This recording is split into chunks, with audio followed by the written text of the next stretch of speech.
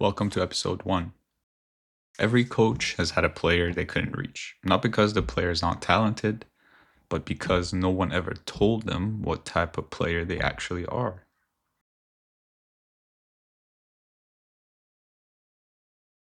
There was a certain point after coaching for multiple years, either U21, high school age range, or all through the development age stages. I realized that some players don't work with certain coaches, and I kind of knew that before even getting into coaching. But after coaching, it gave me a new perspective of seeing from the coach's point of view what this looks like. And after a couple years of working with the developmental stages, even though I saw some pretty good coaches, some I actually respect and value their work, even they couldn't reach every single player. Even they had moments when they were like, what is going on, man? What am I doing wrong? What's going on? Like, why am I not getting through to this player? Why are my points not landing with this team or with this player specifically? And that's when I realized that tactics and training and technical excellence alone weren't explaining the whole game. There was something else inside the game that I could sense, but no one could really name. And that's when I started to look deeper into it and get into archetypal football. The name archetype originally comes from a Jungian methodology, which he used. He was a psychologist I studied at school. When I was studying sports psychology, he has had a great impact on me personally as a person and on this framework, which is why the word archetype is used. When I was coaching youth, there were certain times that I would look at certain players, even though they're not playing in the same position. But I would think to myself, these players are very similar. And if I interchange them, they could probably do exactly the same. Besides, like the positional trainings that are specific to each position, but overall player understanding of the game, I could replace these two players. One maybe playing center back, and the other one maybe playing, I don't know, center attacking midfielder. I could replace those players. So I realized that this deeper understanding of the game could actually help a lot of players, especially the younger players. Because in the years I was doing youth development, I did notice it wasn't honestly just from the coaching point of view. I've experienced that a lot as a player point of view as well. Comparison is very popular between coaches, parents, owners. I don't even want to lie to you, everybody. But that's what happens when competition is a part of the game, right? Every player is competing for a spot on the team. If they get on the team, now they want to try to make it to the better team. And it's just a never-ending competition until you get to a point where you're either at your dream club and you're like, this is it, like I've done everything. Or you just end up, I don't know, not going the football route, end up doing something else with your life completely, and that's completely okay too. There is millions of things to do in this life, so you don't have to go the football route. But most sports, most competition, any competition, there's going to be comparison. And I tried really hard to educate the parents that I was working with or the players I was working with that this comparison is not the way. And after not being successful for a couple of years, working with different parents, different players, I mean, I was successful developing the talents of these players, but developing that understanding of what is going on inside the game and stopping the comparison. And it was precisely at that moment when I kept trying to, knock on the door, say, okay, stop comparing, stop, you know, expecting things from players that you see other places, because the truth is, it could not even be the same type of player. You see it all the time. People are like Ronaldo versus Messi, or like this guy versus that guy. I mean, I could name 1,000 of them, but at the end of the day, it doesn't matter who's better. If they're different types of players, you just need to be the best type of player you are. You just need to find out what type of player you are and be the best at that. And that was the moment I realized I have to build something to educate the parents, the youth, anyone that could benefit from this methodology. That comparison is not the way. Yes, you can compare, but you got to compare within the confines of within the rules of the game of football, right? So know the rules first, know what game is being played first, and then you can evaluate. I wouldn't compare, I would evaluate and see what you need because at the end of the day, some coaches prefer certain types of players and some other coaches prefer other types of players. This is the exact reason why you have favorite teammates, why you have teammates you pass the ball a lot to, why you have teammates when they get the ball, you're like, okay, I'm not getting the ball back. Or when they get the ball, you're like, okay, he's looking for a pass. And that's the same exact reason why you have your favorite coaches, your favorite assistant coaches, your favorite people that you even hang out with. And the bottom line is getting to know yourself. And that is why I think archetypal football is extremely important for any football player. If you can understand it, it is yours. In simple terms, archetypal identity in football is the energetic signature each player carries. Okay? Each player sees the game, engages with the game, plays the game their own way. And there's not a million different ways. I know there is a bajillion people on this earth, but there's not that many ways because there are there are rules within the game of football. And those rules require you to have certain structure. So, for example, each position usually has certain archetypes that plug into that position beautifully. For example, we're talking about a center back position.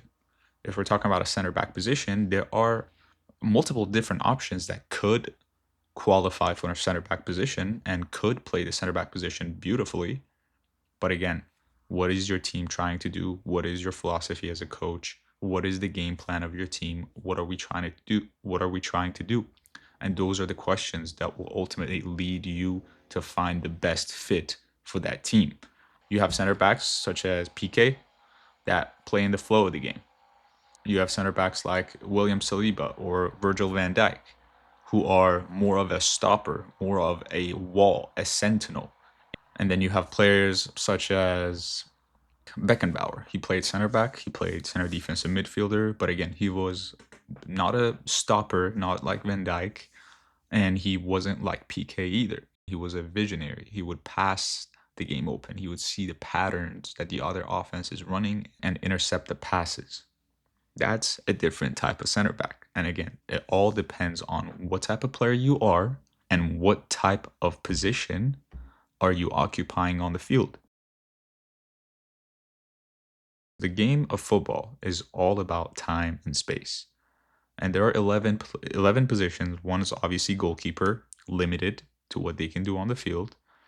And that is obviously being expanded more and more as we are seeing the evolution of the game. But the 10 players, they can in many different ways occupy time and space in different formations, in different rotations, in different rhythms and movement. And that's exactly what archetypal football is. It helps you understand what type of player you are, and it helps you understand your teammates, your coaches, and even the opposing team, other players when you play them. Until you understand what type of player you are lost in this game.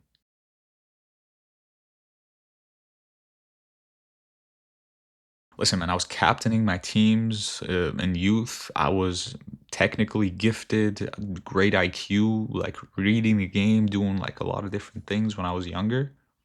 But I didn't know who I was. It looked good sometimes. Sometimes it looked bad, like everything else. But I just didn't know who I was. Like every time I would like finish, I'll be like, okay, I did that good. I did that good. I did that bad. I did that bad. It was never like, was that something that I would do? Is that something that is aligned with the type of player I am, or is it not? It was never that question. It was it good or was it bad? And after realizing what type of player I am, the game completely changed for me. And I was able to see the game in a different way. That's the best way I can put it. And that is what I'm trying to input into archetypal football for every other player, coach, or any student of the game. Even if you're just a fan, you're able to enjoy the game at a different level and see it differently after understanding archetypal football.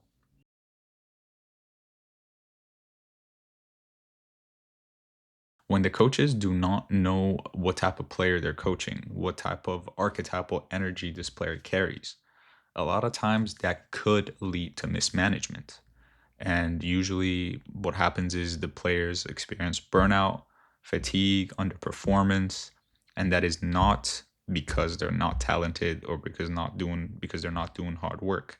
It is only because the understanding is not there from the coach to the player and from player about himself, honestly. Because if he knew what type of player he is, he would tell that coach, this is not the type of player I am. You're coaching me into a position, into a archetype that is not mine. And I am not comfortable with that, especially in developmental stages. That is extremely important because you could be pushed in many different directions by many different coaches. But which one is yours? Which one feels like home to you? Which type of player are you? That's the real question. For example, you come across players that are aggressive. You can come across them at a young age, 5, 6, 7 years old. I've seen slide tackles, and you see them at the professional level. For players like this, the last thing you want to do is tell them not to do what they want to do because that's going against who they already are. They want to fight. They want to fight for the ball. They want to get the ball back. They don't know how to do it properly. Yeah, they might foul. Yes, they might be a little over aggressive, but that's exactly where the coach comes in.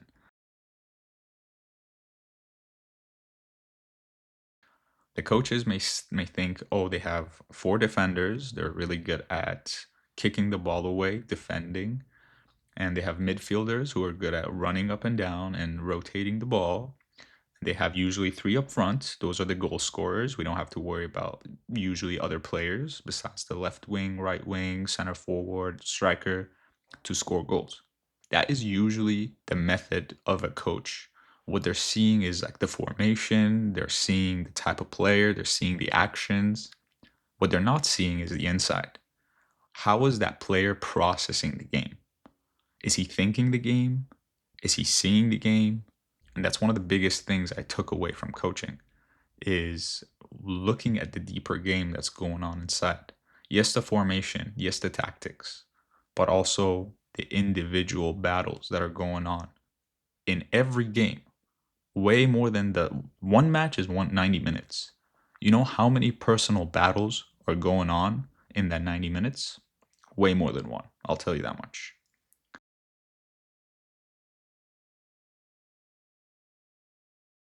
I had a player from Spain actually.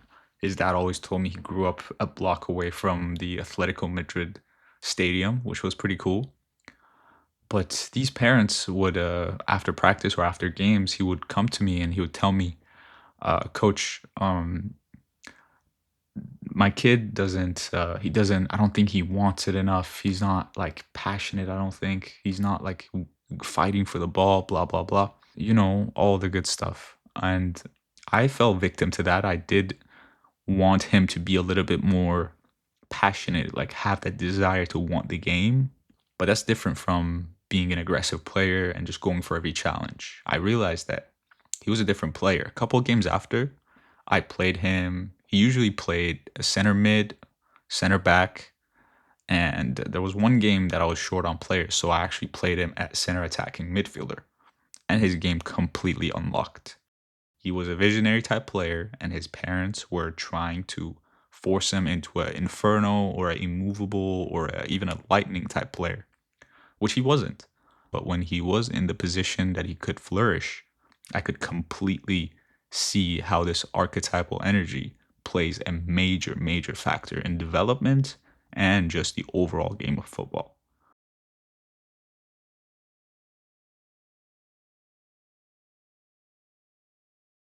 Who are you when you play? Like, actually get into the nitty gritty details of what type of player are you? What do you like to do? What brings you joy? Do you prefer to give an assist for an empty goal? So pretty much you did everything, but just, gave the goal away to your teammates? Or would you rather, I don't know, dribble three people and just hit top bins? Which one are you? Like, what type of player are you? What do you like? Do you like playing last man? Do you like tackling when it matters most to win yourself or win your team the game? Do you like to play goalkeeper? Do you like to be the last man that everybody looks back to? The anchor?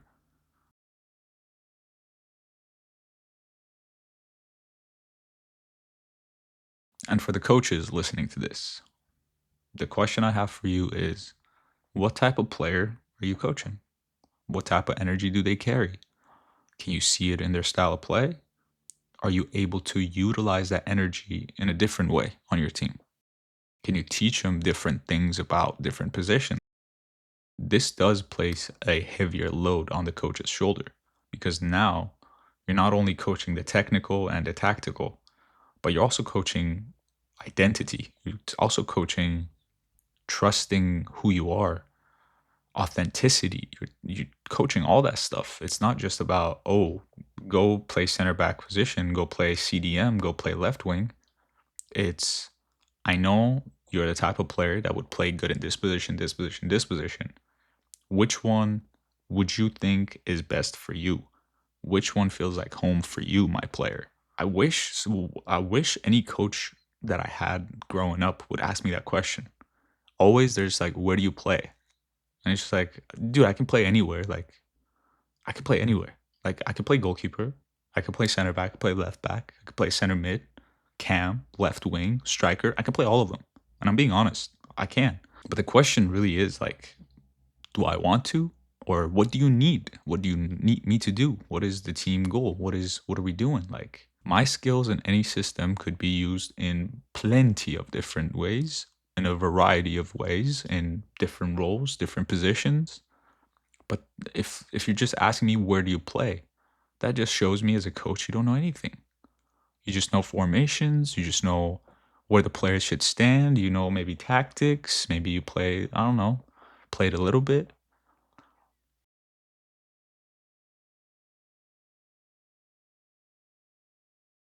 I'll be 100% honest. As a coach, once you stop trying to fix your players and start reading them, your game will completely change. Completely. First of all, you stop comparing. Second, you start using your creativity, your own authenticity to see how you can improve this player. What positions can he play? What exercises benefit him? What exercises are tough for him, but still could benefit him a lot? Those are the things that you should look into. How you utilize your players will change. How you see your players will change. How you see the game will change. How you see the other team will change. Completely, your whole view of the game will change once you stop trying to fix your players and start reading and developing your players. I am currently working on making the videos for the archetypal energies. There are 8 of them. 7 archetypes, and then the 8th one is the avatar, the generational talents, the Messis, the Ronaldos, the Zidane, the Pele, the Maradona, those types of players. Every other energy is a complete expression of the game of football, just through a different lens, through a different energy. They see the game differently, they engage with it differently. The videos will be coming out soon, but if you don't want to wait for the videos, I also offer a discovery session where I speak with you for 45 minutes. We talk about football, it's nothing crazy. We figure out what type of player you are, and it's not a big commitment. It's a one session, and then if you want to get into it more in depth, we can talk about that later, but the discovery session is available for anyone who wants to go deeper and learn a little bit more about archetypal football.